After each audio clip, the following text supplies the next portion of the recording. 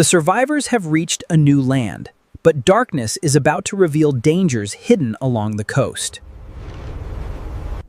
The exhausted predator searches for a protected place to rest before night covers the unfamiliar shoreline. A natural stone overhang offers protection from wind, but the giant must first make sure nothing is hiding there. The scent is old and weak, suggesting the shelter has remained empty long enough to be safe. The predator settles facing outward, ready to react if another creature approaches during the night. The mammoths continue searching for higher ground where the young can rest beyond the reach of rising tides. The matriarch tests the ground and confirms that this elevated basin can support the entire herd.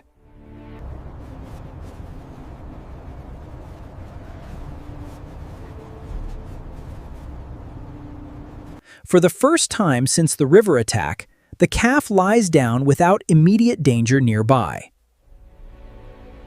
The matriarch senses a change in pressure and realizes that the coast will not remain peaceful for long. Smilodon explores the rocks, searching for a narrow shelter that larger predators cannot enter. The cave contains recent signs of life, making it both a possible shelter and a potential hunting ground. The cat moves deeper while listening for any sound that could reveal an animal waiting in darkness. The cave's smaller residents flee immediately, confirming that no larger rival controls the chamber. The raised ledge provides a safe resting place beyond the reach of shallow seawater. Brachiosaurus uses the final daylight to replace the energy lost during the escape from the volcanic valley. From above the canopy, the giant sees the storm approaching before the animals below can understand its size. The herd begins moving inland before strong winds can turn the coastal trees into falling hazards. The towering herbivores create a clear path through the vegetation for every creature traveling behind. The elevated ground may protect the herd if the ocean rises during the coming storm. Inside the lagoon, Sarcosuchus senses the tide beginning to push seawater farther inland. The river hunter investigates the changing current before deciding whether the lagoon will remain safe. The open sea has become violent, and powerful waves are already forcing water through the channel. The predator abandons the exposed entrance and moves toward higher mud before the channel becomes dangerous.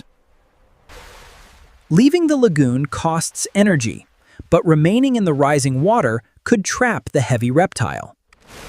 The storm reaches the ridge, forcing the predator to move deeper beneath the stone shelter.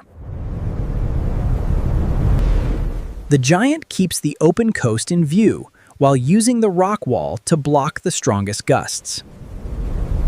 Flying debris reveals how quickly the storm has transformed the calm shoreline into a dangerous battlefield. The predator uses its weight and the solid cliff to remain upright against the violent wind. The mammoths tighten their circle, using their bodies to protect the young from sand and flying debris. The matriarch becomes the first shield, placing her largest body between the storm and the calves. The frightened calf searches for shelter beneath the adult that has protected it through every previous danger.